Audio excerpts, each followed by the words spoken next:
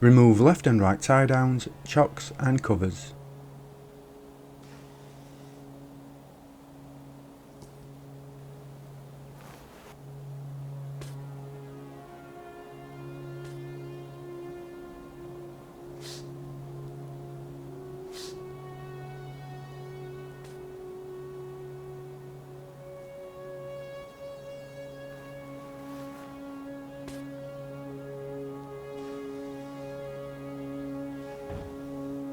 Set parking brake. Remove control locks. Pull on oxygen control.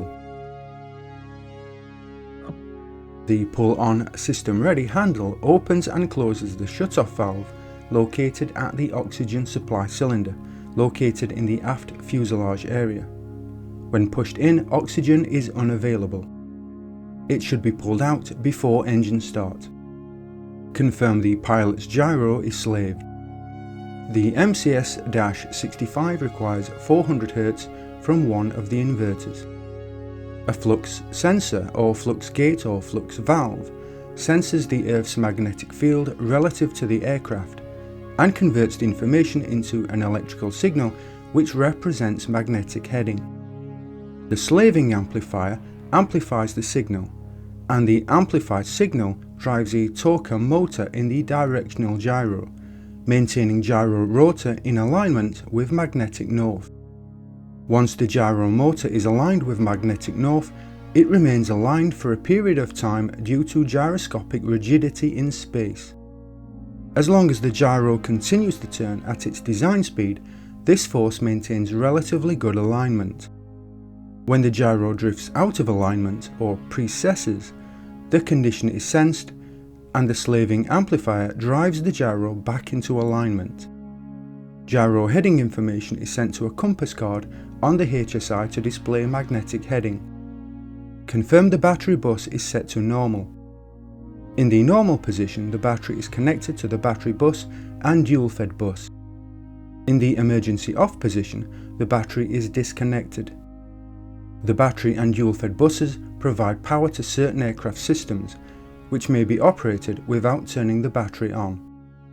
Turn engine anti-ice on. The inertial separators or ice vanes prevent ice, dust and foreign debris from entering the engines. Confirm the following switches are off: inverters, avionics master, external power, auto feather and auto ignition. The landing gear control is down. Check and set the control wheel clock. Set external lights on as required. The rotating beacon should be turned on before engine start. Confirm ice protection is off. Set power levers to ground idle, propeller levers full forward and condition levers to idle cutoff. Check EFIS power is off. Cabin pressure switch is set to pressure. When on the ground, the cabin is depressurized, and in flight the cabin will pressurize as directed by the pressurization controller. Turn pitch trim on. Electric trim is now powered. It's important to cycle the elevator trim switch during the before takeoff run-up to confirm operation. Set rudder boost to rudder boost. The rudder boost system takes precedence over the yaw damper whenever the autopilot computer detects a need for rudder boost and provides either left or right rudder deflection. Window defog is off. Cabin and cockpit side window defogging is provided through engine bleed air whenever one or both engines are running. Vent blower is automatic.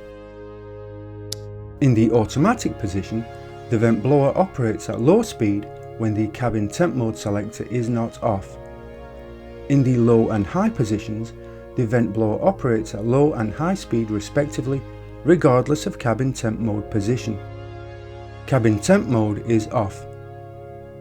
When the selector is in the manual heat or manual cool positions, cabin temperature is regulated by momentarily holding the manual temp switch to either the increase or decrease positions. Environment bleed air is low. The low position is selected for takeoffs when ambient temperature is above 10 Celsius. Normal may be used for increased heating or if increased pressurization airflow is required. Bleed air valves are set to environment off. The two bleed air valve switches control bleed air entering the cabin. In the open position, the environmental flow control unit and pneumatic instrument air are open.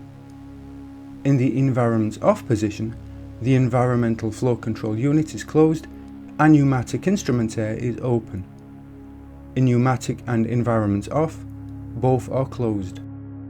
Aft blower and electric heat are off. The aft blower distributes heat produced by the aft electric heat element, or cooled air from the aft evaporator. The blower draws in cabin air and recycles it back into the aft floor and overhead outlets. It operates at 1 speed. When on the ground, bleed air heat can be supplemented by the forward and aft electric heat elements.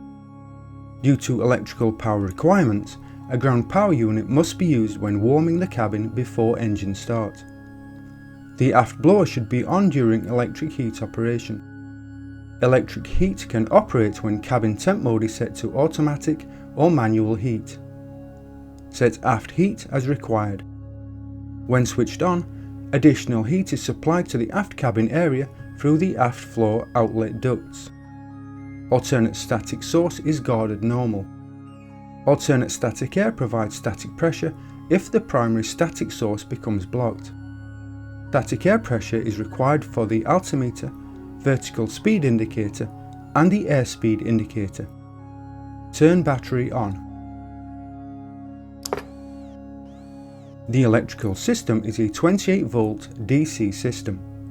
Direct current is provided by a 24 volt nickel cadmium battery and two 28 volt starter/generators. The battery is located in the right wing center section and is connected to the battery and dual fed buses. The buses that supply power to most of the electrical systems are the left and right generator buses and the triple fed bus. A center bus is used primarily to tie the electrical system together. All cockpit switches which receive power from the center or triple fed buses have a white ring around them. The following warning annunciators are illuminated. Number 1 and 2 AC bus failure. Left and right fuel pressure low, fuel pressure is low. And left and right oil pressure is low. The following caution annunciators are illuminated. Left and right DC generator, generators are offline. Left and right generator tie open, the buses are isolated from the center bus. Left and right bleed air off, bleed air is not open. Auto feather off, auto feather is not armed and landing gear is extended. Left and right engine anti-ice, engine anti-ice is turned on. Check 23 volts DC minimum.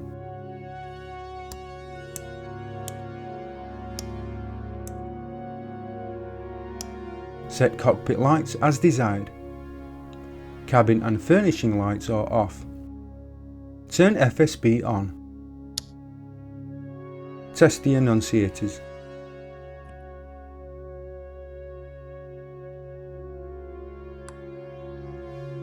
Standby pumps and crossfeed are off. Auxiliary transfer switches are in the automatic position. Check main and auxiliary fuel quantity.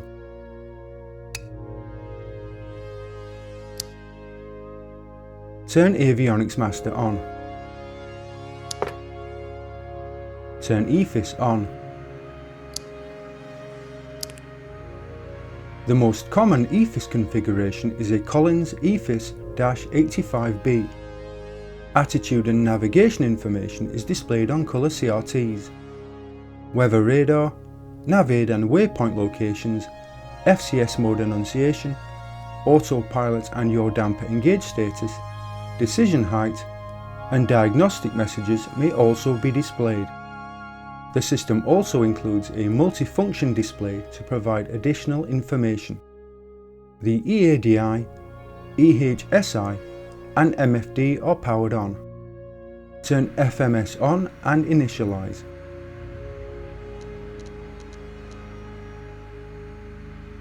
Before starting engine's checklist is complete. Engine service life may be improved by alternating engine battery starts. Engine anti-ice is on. With the propeller area clear, set ignition and engine start to ignition/engine start. Two spark type igniters in the combustion chamber are activated. Observe N1 rotation, ignition on, fuel pressure low off, and N1 stabilized at 12% minimum. Set condition lever to low idle. The condition levers select the low and high idle gas generator or N1 speeds. At low idle, N1 is a minimum 62%, 70% at high idle. Observe fuel flow, 100 pph, and oil pressure is increasing. Monitor ITT. ITT exceeding 820 degrees Celsius is abnormal. 820 to 1000 Celsius is limited to 5 seconds. Check oil pressure. Set condition lever to high idle. At 50% N1 minimum, turn ignition and engine start off.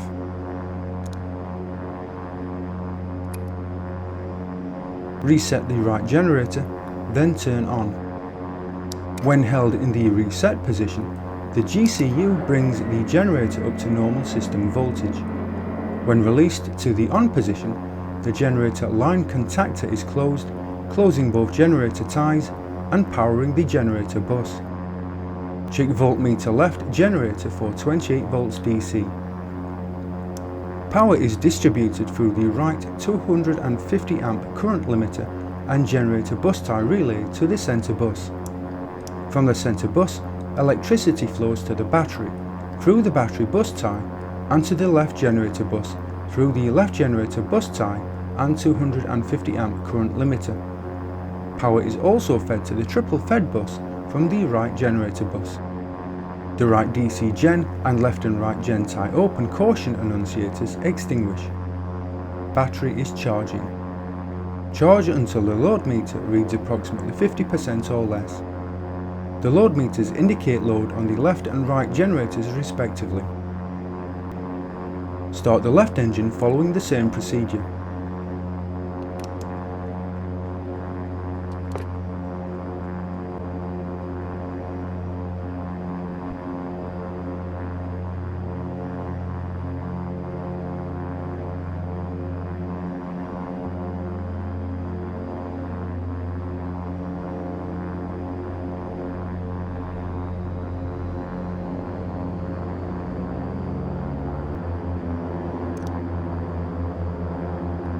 Check voltmeter left generator for 28 volts DC.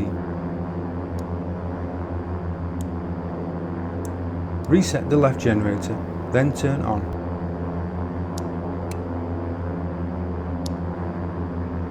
Reset the right generator, then turn on. As both generators are now operating, each generator feeds its own generator bus, which in turn feeds the center bus, triple fed bus, dual fed bus, and battery bus if the battery is discharged.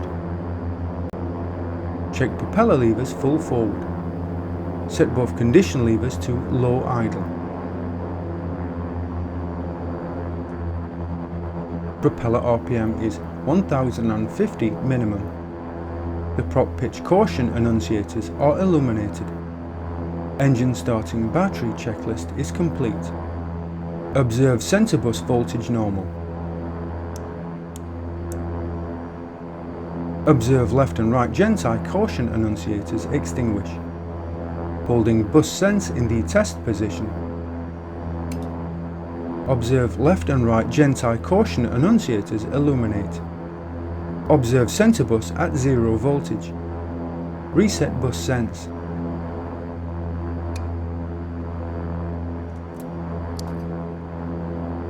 Observe left and right gen tie and bat tie annunciators extinguish. Observe center bus voltage normal. Set bus selector to triple fed. We set bus selector to triple fed as many systems receive power from the triple fed bus. Set master panel / cockpit lights as desired. Set the environmental system. Turn the inverters on and check.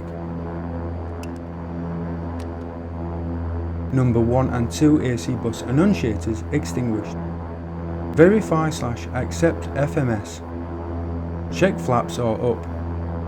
Set exterior lights as required. Check flight and engine instruments.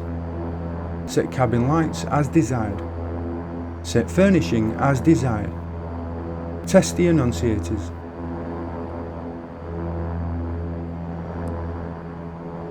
Flight controls are free and correct. Check flight instruments for no flags. Release and test brakes. Feel free to like, comment and subscribe.